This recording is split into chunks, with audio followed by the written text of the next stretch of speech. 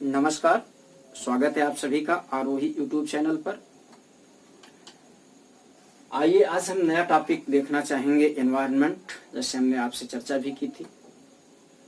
और इस टॉपिक को देखने के पहले एक छोटा सा निवेदन भी आप लोगों से।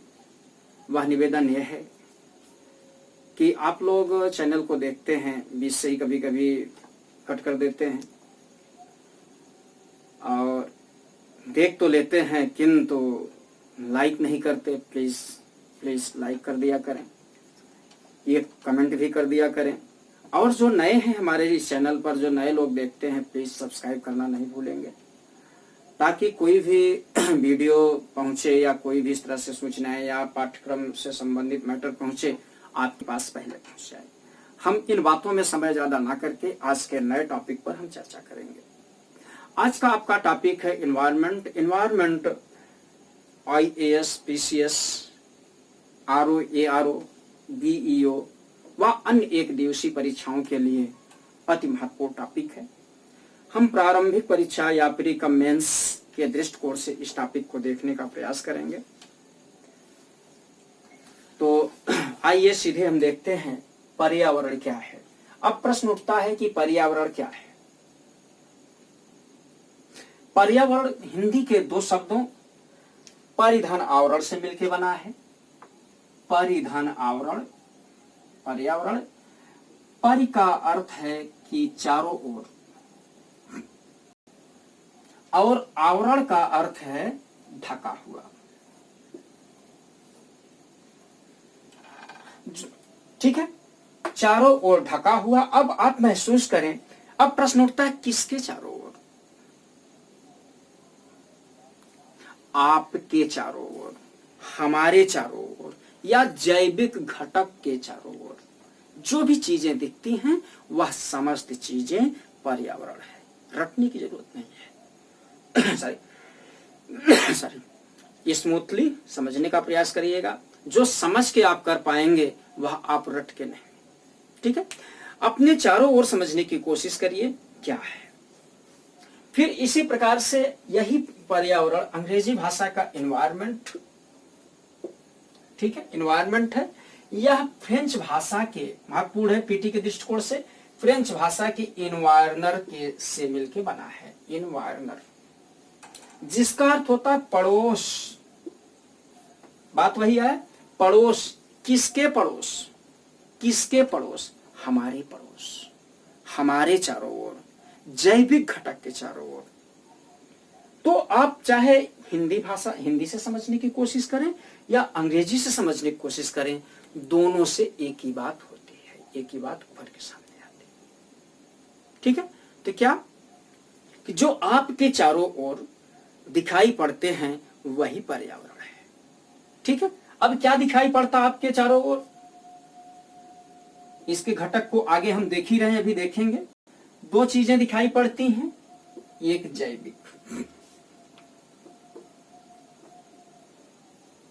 जैविक, दूसरा अजैविक। ठीक है, जैविक अजैविक। फिर अभी एक नई परंपरा चली है, सांस्कृतिक घटक। ये तीन घटक दिखते हैं, इसको हम आगे देख रहे हैं क्या है, कैसे है। जो आपके चारों ओर पृथ्वी पर जैविक और अजैविक घटक दिखाई पड़ते हैं वही आपका पर्यावरण है। अब फिर प्रश्न उठता है पर्यावरण प्रदूषण क्या है। ठीक है, पर्यावरण प्रदूषण क्या है। अब देखा जाए, ये जो जैविक और अजैविक घटक आपको दिखाई पड़ रहे हैं, इसी में अवांछित तत्वों की प्रविष्टि, अवांछित तत्वों की प्रविष्टि और उससे नकारात्मक प्रभाव। किस पर नकारात्मक प्रभाव? इन जैविक घटकों और इन अजैविक घटकों, उस पर नकारात्मक प्रभाव। वही नकारात्मक प्रभाव पर्यावरण प्रदूषण होता है, सरलतम तरीके से। फिर बात आती है, अगर पर्यावरण प्रदूषण है, यह पर्यावरण है, तो पर्यावरण संरक्षण क्या है? इसके संरक्षण की जिम्मेदारी किसकी है ना? पर्यावरण के संरक्षण की जिम्मेदारी उन सभी की है जो इस परिवेश में रहते हैं। जो इस पर्यावरण में रहते हैं। कौन रहते हैं? हम रहते हैं, हमारे जैसे बहुत सारे लोग रहते हैं। ठीक है, तो इनकी जिम्मेदारी है। तो अब प्रश्न उठता है वैश्विक स्तर पर, प्रारंभिक परीक्षा का प्रश्न है, वैश्विक स्तर पर सबसे पहले पर्यावरण के संबंध में संरक्षण की घोषणा कब की गई? तो एक 1972 में, ध्यान रखेंगे 1972 में, बहुत महत्वपूर्ण प्रश्न है, स्टॉकहोम में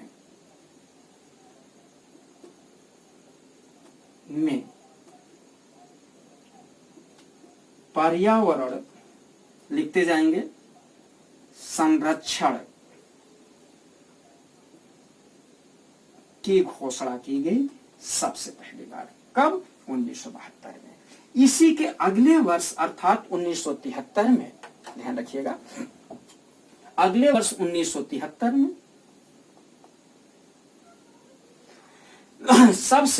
सबसे पहले, अति महत्वपूर्ण प्रश्न है, पहले 5 जून को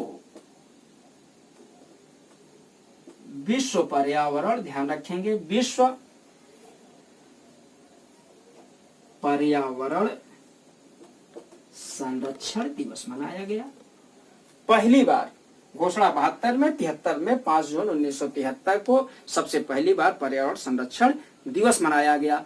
तब से आज तक निरंतर पर्यावरण संरक्षण दिवस मनाया जाता है। आपको देखना क्या है, कोई भी परीक्षा हो, पर्यावरण संरक्षण पर्यावरण दिवस पूछते हैं, घोषणा कब की गई ये भी पूछते हैं, और यहीं से प्रश्न बन जाता है कि सबसे पहली बार कब? 73 में। ये तो वैश्विक स्तर की बात रही।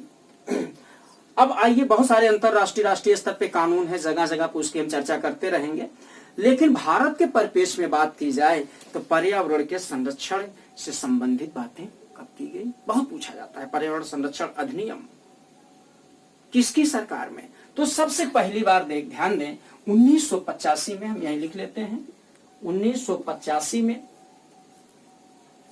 राजीव गांधी जी की सरकार में सबसे पहली बार वन एवं पर्यावरण मंत्रालय का गठन किया गया, तथा अगले वर्ष 1986 में, ध्यान रखेंगे, 85-86, 72-73 अति महत्वपूर्ण डेट है पर्यावरण के दृष्टिकोण से। अभी हम शुरू से लेकर अभी तो शुरुआत किए, अंत तो किए नहीं है।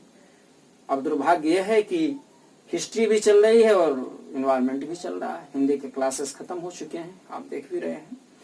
तो डेट कैसे देखेंगे? 72, 73, 85-86। 85 में गैप गंगा एक्शन प्लान भी चला है, आपसे कई बार पूछा गया है। अब धीरे धीरे हम लेके आगे बढ़ेंगे। बस ये है, आप देखते रहें, आगे बढ़ते रहें, हम एक दूसरे का साथ देते रहें। ठीक है, 86 में पर्यावरण संरक्षण अधिनियम बना, और इसके अगला एक्शन क्या होता है? लेटेस्ट 19 अक्टूबर, ध्यान रखिएगा, 19 अक्टूबर 2010 को राष्ट्रीय हरित न्यायाधिकरण की भी स्थापना कर दी गई। किसके लिए? पर्यावरण के संरक्षण से संबंधित मुद्दे के लिए। किसका? यहां लिख रहे हैं हम, राष्ट्रीय हरित न्यायाधिकरण। बहुत पूछा जाता है, हरित न्यायाधिकरण। ठीक है, और इसके अब यहां कब किया गया? अक्टूबर 2010 में, अक्टूबर 2010 में किया गया। और इसके पहले अध्यक्ष स्वतंत्र कुमार सिंह पंत, लिख देते हैं पहला, और अंतिम देखिएगा, स्वतंत्र कुमार पंत, और वर्तमान या अंतिम आदर्श कुमार गोयल।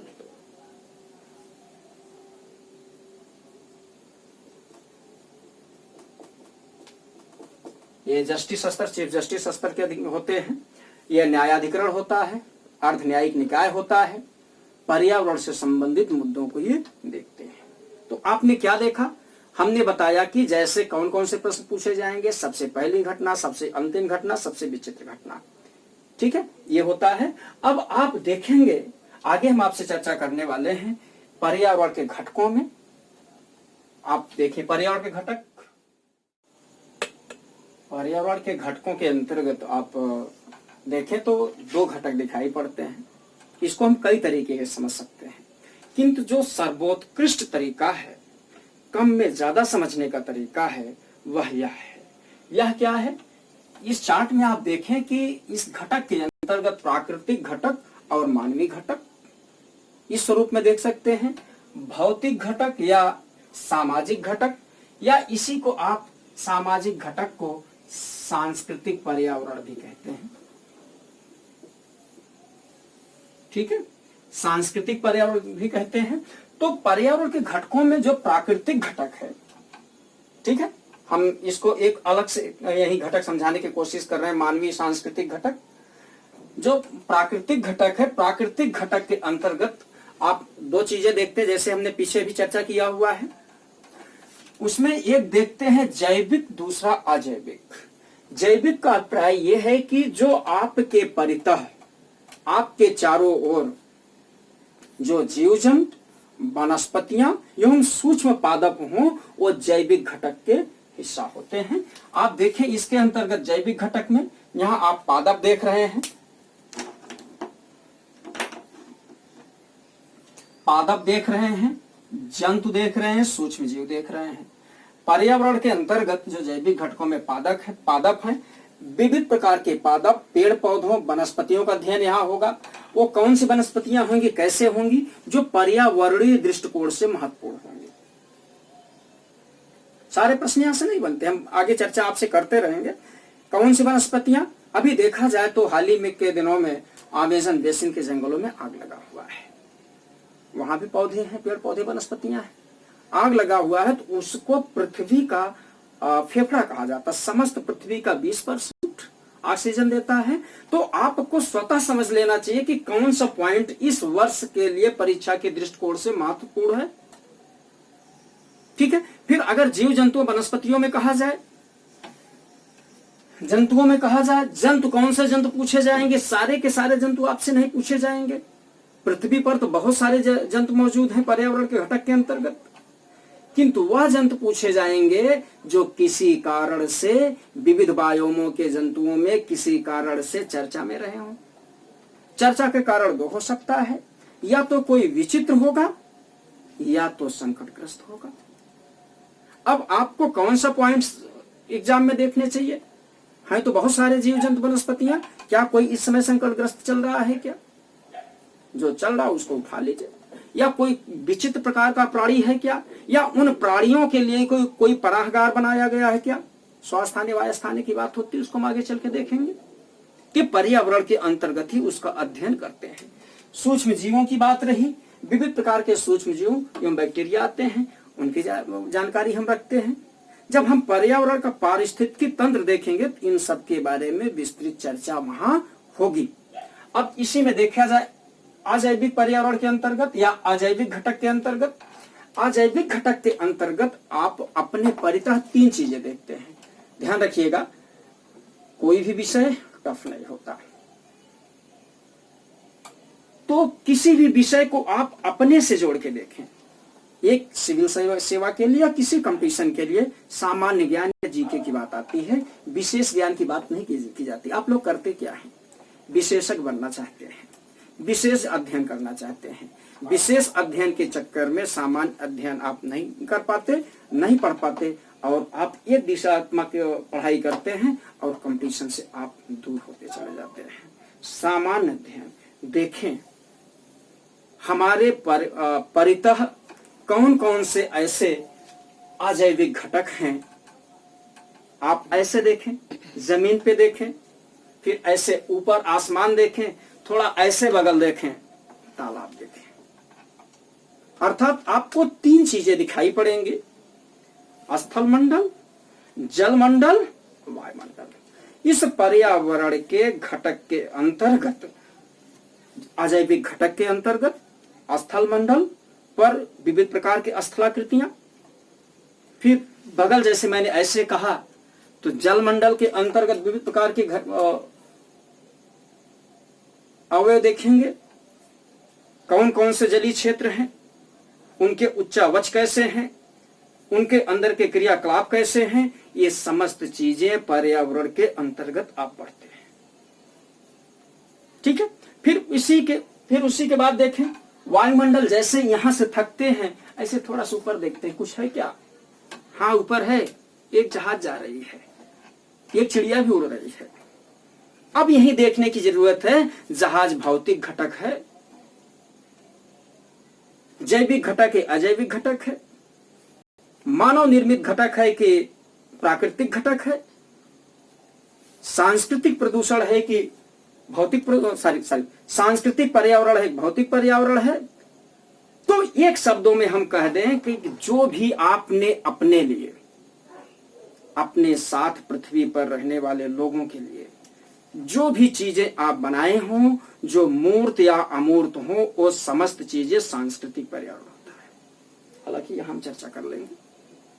तो आपने देखा ऊपर जहाज देखा, समथिंग इस तरह से कुछ चीजें देखी। तो ऊपर वायुमंडल जो है, वायुमंडल में क्या अध्ययन करेंगे? वह भी पर्यावरण घटक है। विविध प्रकार के वायु, उनके संगठक, उनकी संरचना और वायुमंडल के स्तर अर्थात इस वायुमंडल में पर्यावरण का जो वायुमंडलीय घटक है, इसमें विविध प्रकार के गैस हैं। जैसे आप जानते हैं कि वायुमंडल विविध प्रकार के वायु का संघटक है, संरचना है, कोई कम है कोई ज्यादा है। और इन्हीं वायु में अवांछित तत्वों के प्रविष्ट हो जाए और नकारात्मक प्रभाव डालने लगे तो ही पर्यावरण प्रदूषण हो जाता है। पर्यावरण प्रदूषण हो जाता है। हर परीक्षा में पर्यावरण प्रदूषण से बात आती है, क्योंकि आपका पहला चैप्टर है, इसीलिए इसको थोड़ा सा समझने के बेस पे हम देखेंगे, क्योंकि जो फैक्ट हैं वो समझने लायक हैं और इसी को आधार बनाकर आगे की रणनीति और पढ़ाई आप करें। पर्यावरण बहुत ही सरल है, आप अपने परिता सारी चीजें देखते हैं, धीरे धीरे सब चर्चा कर लेंगे। तो यहाँ दो बातें, विविध प्रकार की गैसें और जो वायुमंडल का संस्करण लेयर है, उस लेयर के बारे में पढ़ेंगे। कोई भी परीक्षा हो, IAS की हो, PCS की हो या कोई एक दिवसीय परीक्षाएं अन्य हो, सब में इस यूनिट से निश्चित ही प्रश्न आते हैं, पूछ भी लिया जाता है। वायुमंडल में सर्वाधिक गैस कौन सी पाई जाती है? नाइट्रोजन, जीवन योग्य गैस ऑक्सीजन, और सबसे कम गैस कार्बन डाइऑक्साइड। विचित्र गैस, एक विचित्र गैस ऐसे मैंने बताया, जैसे अन्य पर हिस्ट्री के क्लास मैंने बताया था, 3 बिंदुओं से आपसे प्रश्न बनते हैं। सबसे बड़ी घटना, सबसे छोटी घटना या विचित्र घटना। तो सबसे बड़ी गैस, सबसे छोटी गैस, सबसे विचित्र गैस। एक विचित्र गैस होती है रेडान। जब भूकंप आता है, भूकंपीय तरंगों के माध्यम से पृथ्वी से निःसृत होती, वायुमंडल से नहीं। विचित्र होने की वजह से पूछा जाता है। तो अर्थात हम इस जैविक अजैविक घटकों के अंदर विविध प्रकार के पादप, जंतु, सूक्ष्म जीवों के बारे में अध्ययन करेंगे। अजैविक के अंतर्गत स्थल मंडल पर विविध प्रकार के पर्वत, पठार, रेगिस्तान और मैदान की चर्चा करेंगे। पर्वतों से प्रश्न बनते हैं, जब हम अंदर कहीं पढ़ाएंगे तो उस पर चर्चा कर लेंगे। फिर जल मंडल में सागर, महासागर। अब यहीं से हम बना ले एक प्रश्न, अगर जल मंडल के घटकों में से एक प्रश्न बनाया जाए, निम्नलिखित जलीय घटकों में या जल मंडल के घटक में कौन सा घटक मानव निर्मित घटक है या कौन सा घटक भिन्न है? आप देखते हैं महासागर मनुष्य नहीं बनाता, सागर मनुष्य नहीं बनाता, नदी मनुष्य नहीं बनाता, तो क्या बनाता है? तालाब बनाता है, नहरें बनाता है, नाले बनाता है, कुआं बनाता है, झील भी बनाता है। किंतु झील के साथ तो बातें हैं, कुछ झीलें मानव निर्मित झीलें हैं और कुछ झीलें प्राकृतिक झीलें हैं। उनको जब हम आपके साथ पढ़ने की कोशिश करेंगे, जैव विविधता या रामसर स्थल वेटलैंड पढ़ेंगे तो हम बता देंगे कि कौन कौन सी झीलें मानव निर्मित झीलें हैं, कौन कौन सी झीलें प्राकृतिक झीलें हैं। ठीक है, अगला देखें। तो ये तो हो गया प्राकृतिक घटक के अंतर्गत। और दूसरा घटक होता है सांस्कृतिक घटक या सामाजिक घटक या मानवीय घटक। इसको हम किसी भी रूप में कर सकते हैं, मानवीय पर्यावरण, सामाजिक पर्यावरण या सांस्कृतिक पर्यावरण। इसको 3 भागों में बांटा जाता है। निबंध भी आता है सांस्कृतिक प्रदूषण। आप ध्यान दें, जो हमारे कंटेंट है, निबंधात्मक कंटेंट भी है। इन कंटेंट के माध्यम से आप निबंध भी लिख सकते हो, क्योंकि निबंध लिखने के लिए एक दिन की विधा नहीं होती है, एक दिन आप निबंध नहीं लिखते हैं, तथ्यों का संकलन करते हैं, सर्वोत्कृष्ट तथ्यों को लेकर आगे बढ़ते हैं, तब आपका निबंध तैयार होता है। जो सर्वोत्कृष्ट का मतलब जो उचित हो, जिस जगह पे जो फिट बैठता हो। ठीक है, ये नहीं कि जितने फूल पाए माला बना दिए, माला तो बन ही जाएगा, लेकिन वो भांति भांति का देखिएगा। निबंध का दूसरा सिस्टम होता है, जब निबंध हम पढ़ाएंगे तो वहां चर्चा करेंगे। ठीक है, अभी तो आप देखें तो मानवीय घटक के अंतर्गत भौतिक पर्यावरण और सांस्कृतिक पर्यावरण दो लिखते हैं। भौतिक और सांस्कृतिक, देखिए एक भौतिक पर्यावरण और सांस्कृतिक पर्यावरण, या आप ऐसे सांस्कृतिक पर्यावरण के अंतर्गत देखें, सांस्कृतिक पर्यावरण के अंतर्गत देखें, एक मूर्त एक अमूर्त। आपके यहां मेंस में पूछा जाता है सांस्कृतिक विरासत, ध्यान देंगे, सांस्कृतिक विरासत। ये सांस्कृतिक विरासत क्या है या विरासत क्या है, आप ऐसे सहज रूप से समझने की कोशिश करें। विरासत जो परंपरा से आपको मिलती आई हो। आप अपने घर का एग्जाम्पल ले लें, दादा की बात आ जाती है। दादा आपको क्या दिए? बहुत सारी इमारतें दिए, बड़े बड़े भवन दिए, समझिएगा, बड़े बड़े भवन दिए, जमीन दिए, चल अचल संपत्ति दिए। वो सब क्या है? भौतिक विरासत है। लेकिन दादा यही नहीं दिए, दादाजी एक चीज और दिए, संस्कार दिए, रीति रिवाज दिए, आदत दिए, परंपराएं दिए, जो दिखाई नहीं पड़ता। लोग उस आदत, रीति रिवाज, परंपरा को महसूस करते हैं। इसी प्रकार से जो आपके सांस्कृतिक प्रदूषण है, सांस्कृतिक पर्यावरण है, दो प्रकार के होते हैं, एक मूर्त और एक अमूर्त। उसी प्रकार से हमने मानवीय को भौतिक पर्यावरण और अभौतिक या सांस्कृतिक पर्यावरण के दृष्टिकोण से भी बांट के देखते हैं। आइए भौतिक पर्यावरण का अध्ययन कर लेते हैं। आप सब जानते हैं, कुछ नया नहीं है। मैं मान लिया कि आप एक मनुष्य हैं, निसंदेह मनुष्य हैं। आप अपने लिए क्या बनाते हैं? एक घर बनाते हैं। और क्या बनाते हैं? इमारतें बनाते हैं। और क्या बनाते हैं? मनोरंजन के लिए पार्क बनाते हैं। और क्या बनाते हैं? चलने के लिए सड़कें बनाते हैं। सड़कों पर पुल का भी निर्माण होता है। परिवहन और उनके साधन बनाते हैं, स्मारक बनाते हैं, और जीविका अर्जन के लिए उद्योग धंधों का भी निर्माण करते हैं। तो आपसे अगर पूछा जाए, क्या घर पर्यावरण का घटक है? इमारत पर्यावरण का घटक है? पार्क, सड़क, पुल, परिवहन, स्मारक, ये सब पर्यावरण के घटक हैं। हाँ, यह पर्यावरण के घटक है। अगर इसमें अवांछित तत्वों की प्रविष्टि होगी, हमारे इन घरों पर, इमारतों पर, पार्कों पर, उद्योग धंधों पर अगर कोई भी नकारात्मक प्रभाव पड़ेगा, तो वह पर्यावरण प्रदूषण होगा। कैसा? भौतिक पर्यावरण प्रदूषण। अभी देख लिया जाए, कुछ स्थापत्य में आगरा का ताजमहल ले लें या वहां के आसपास के वातावरण ले लें, तो उसमें क्षरण जैसे बातें दिखाई पड़ती हैं। तो पर्यावरण हमारी इमारतों को, तो अब यहां हम एक बात और आपसे कर लेते हैं। इसी में देखा जाए तो अगर घर की बात आती है, सामान्य घर आपके परीक्षा में नहीं पूछे जाएंगे, तो किसके घर पूछे जाएंगे? घर तो पूछा जाएगा, आप जानते हैं, कुछ नया नहीं है। आप देखें, विविध बायोम, आगे चल के हम बायोम पढ़ाएंगे। विविध बायोम में विविध प्रकार के लोग विविध बायोम में विविध प्रकार के लोग विविध प्रकार के घरों में रहते हैं। जहां एक प्रकार टुंड्रा तुल्य जलवायु प्रदेश में इग्लू, वहीं उष्ण कटिबंधीय प्रदेश में जहां कीड़े मकोड़े पाए जाते हैं, तो पेड़ों पर, झाड़ियों में लोग पेड़ों पर झोपड़ी बना के रहते हैं। इसके बाद देखा जाए तो पहाड़ों पर दूसरे प्रकार के घर वो रहते हैं, मरुस्थलों में दूसरे प्रकार के घर रहते हैं, पर्वतीय एरिया में दूसरे प्रकार के घर रहते हैं, बर्फीले क्षेत्रों में दूसरे प्रकार के घर रहते हैं। वहीं जलीय क्षेत्रों में जहां जल इस तरह से हो, हाउस बोट की भी परिकल्पना आप करते हैं। तो घर के विविध प्रकार के घरों की इग्लू पूछ लिया जाता है, हाउस बोट पूछ लिया जाता है, सिंकारा पूछ लिया जाता है, बहुत प्रकार के घरों की बातें कर दी जाती हैं। कारवा भी पूछ लिया जाता है, काफिला पूछ लिया जाता है, ये भी घर के ही प्रकार है। अब रही बात इमारतें की, इमारतें भी आपके विरासत में, आपके देश में है, राष्ट्रीय अंतरराष्ट्रीय स्तर पर है। कौन सी इमारत पूछी जा सकती है आपसे पर्यावरण के अंतर्गत?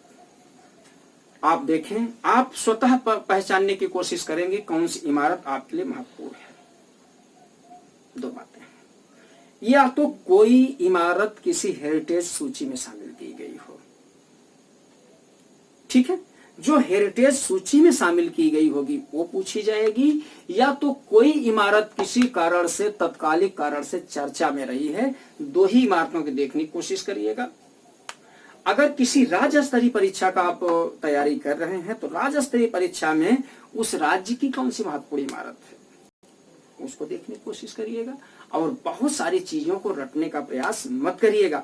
बेशक हम पर्यावरण पढ़ा रहे हैं, लेकिन इसी पर्यावरण, जैसे पीछे हमने चर्चा की, आपके परितः चारों ओर जो चीजें दिखती हैं, जैविक अजैविक, सब पर्यावरण के घटक हैं, हमें उन्हीं का अध्ययन करना है, ठीक है। और वहीं से प्रश्न बनते हैं। इसी पर्यावरण में आपका इतिहास, भूगोल, विज्ञान, सारी चीजें समाहित हैं, बशर्ते आपका दृष्टिकोण बदलने की जरूरत है, ठीक है। आए आगे देखते हैं। तो इस प्रकार से आपने देखा, घर, इमारतें, पार्क, विविध प्रकार के पार्कों की बात की जाती है। पार्क, जब हम जैव विविधता के संरक्षण की बात करते हैं, स्वास्थ्य, वायु स्थान जब पढ़ेंगे, विविध प्रकार के पार्कों की बात कर लेंगे। रही बात सड़कों की, कौन सी सड़क पूछी जाएगी? जो करंट बेस्ड सड़कें होंगी उन सड़कों की बातें पूछ ली जाएंगी। हम देखेंगे करंट अफेयर्स में कौन से करंट बेस्ड सड़कें हैं। पुल, परिवहन, स्मारक और उद्योग धंधों पर भी चर्चा, आपके सिलेबस में उद्योग धंधों की चर्चा होगी। भूगोल के टॉपिक के अंतर्गत या इकोनॉमिक्स में उद्योग धंधे भी आप पढ़ते हैं, पूछ लिए जाएंगे आपसे, देखेंगे फिर, ठीक है। आइए सांस्कृतिक पर्यावरण की बात करते हैं। सांस्कृतिक पर्यावरण के अंतर्गत सांस्कृत हमसे, हम अपने लिए बताएं कि जो मानव अपने लिए बनाता है, मानव एक व्यक्ति होता है, ठीक है। व्यक्ति के अपनी, यही समझने की कोशिश करें, व्यक्ति के अपने व्यक्तित्व होते हैं। कोई उदारवादी विचारधारा का होता है, कोई उग्रवादी विचारधारा का होता है। तो यह उदारवादी, उग्रवादी विचारधारा उसके सांस्कृतिक विरासत की देन है, यह सांस्कृतिक विरासत का हिस्सा है। अब इसी में देखा जाए, मानव एक व्यक्ति, और व्यक्ति से बड़ी इकाई कौन सी होती है? परिवार होती है। परिवार सांस्कृतिक पर्यावरण का हिस्सा होता है। अगर परिवार में कोई अवांछित तत्व या किसी दूसरे संस्कृति का प्रवेश हो जाता है तो पारिवारिक विखंडन की बात आ जाती है, ओवरलैपिंग की बात आ जाती है। और हर परिवार की अपनी परंपराएं, रीत रिवाज और आदतें होती हैं। हर क्षेत्रीय परिवार की आदतें होती हैं, ठीक है। और उससे बड़ी क्या, उसकी अपनी, उससे बड़ी क्या है? समुदाय है। हर समुदाय में कोई न कोई नृत्य का प्रचलन होता है, कोई न कोई संगीत का प्रचलन होता है। नृत्य, संगीत सिविल सर्विस में देखते हैं, पीसीएस में देखते हैं, या किसी भी परीक्षा में देखते हैं। जिस प्रकार की परीक्षाएं होती हैं उसी लेवल के प्रश्न भी पूछे जाते हैं। आप बताइए, नृत्य संगीत से प्रश्न पूछते हैं कि नहीं पूछते हैं? भारतनाट्यम पूछा जाता है कि नहीं पूछा जाता है? कथकली पूछी जाती है कि नहीं पूछी जाती है? कजरी और चैथा कथक पूछा जाता है कि नहीं पूछा जाता है? ये कथक भी आपके पर्यावरण का हिस्सा है, भारतनाट्यम भी उसी का हिस्सा है, ठीक है। आए देखें, तो फिर समुदाय से बड़ी क्या होती? धर्म। अब देखिए, धर्म सांस्कृतिक प्रदूषण का हिस्सा होता है। तो हर धर्म, जहां धर्म की बात आती है, हर क्षेत्रों में धार्मिक मेले लगते हैं, उत्सव का आयोजन किया जाता है, और कुछ धार्मिक त्योहारों का भी आयोजन किया जाता है। प्रयागराज का कुंभ मेला एक अमूर्त धरोहर की सूची में यूनेस्को ने शामिल किया है। अब आपके बात में समझ आता होगा कि अमूर्त धरोहर सूची, सांस्कृतिक विरासत। तो मेले, उत्सव, त्योहार भी आपसे पूछे जाएंगे, वो भी आपके पर्यावरण के का हिस्सा है। आगे बढ़ा जाए, आइए देखें। फिर शैक्षणिक संगठन, विभिन्न धार्मिक संगठनों को या इस मानव की इकाई को और साफ करने के लिए, अपने सांस्कृतिक पर्यावरणीय घटक को और आगे बढ़ाने के लिए शैक्षणिक संगठनों का भी निर्माण किया जाता है। तो विविध प्रकार के शैक्षणिक संगठनों का अध्ययन करना है। तो यहाँ कैसे आपसे करंट प्रश्न बनेंगे? करंट अफेयर्स के आप थोड़ा देखने की कोशिश करिएगा, परमानेंट पर देखने की कोशिश करिएगा। सबसे पहला शैक्षणिक संगठन, सबसे पहली शैक्षणिक संस्था, आधुनिक भारत में शिक्षा का विकास, इस समय टॉप मोस्ट की यूनिवर्सिटी, ये भी हमारे पर्यावरण का घटक है। आपको इस स्तर से अध्ययन करना चाहिए। आइए देखें, फिर आर्थिक पर्यावरण विभिन्न प्रकार के आर्थिक क्रियाकलापों को संचालन करते हैं। अब देखिए, जो यह मानव है, समझने की कोशिश करिए, जो मानव व्यक्ति, परिवार, समुदाय, समाज, धर्म, ये सब है, इसके संचालन के लिए एक राजनीतिक इकाई का निर्माण किया जाता है। ध्यान दीजिएगा प्लीज, एक राजनीतिक इकाई का निर्माण किया जाता है। हर देश की अपनी राजनीतिक इकाई होती है, राजनीतियां होती है, लोकतंत्र, गणतंत्र, राजतंत्र, प्रजातंत्र जैसी प्रणाली का विकास किया जाता है। उस राजनीतिक इकाई के संचालन के लिए एक संवैधानिक व्यवस्था होती है, एक संविधान होता है। तो संविधान भी किसका हिस्सा है? हमारे पर्यावरण का हिस्सा है, समझे। फिर उसके बाद हर देश के राजनीतिक इकाई के संचालन के लिए कुछ तरीके होते हैं, उसी संविधान में निहित होते हैं। प्रशासन चलाने की पद्धति होती है, स्थानीय प्रशासन। देखें, भारत के उसमें क्या है? स्थानीय प्रशासन है, ठीक है। इस प्रकार से पर्यावरण के महत्वपूर्ण घटक रहे हैं। अब अगले वीडियो में हम इसके आगे के उसमें चर्चा करेंगे, बायोम की चर्चा करेंगे। इसको आप देखें, लाइक करें, शेयर करें, सब्सक्राइब करें। नमस्कार, धन्यवाद।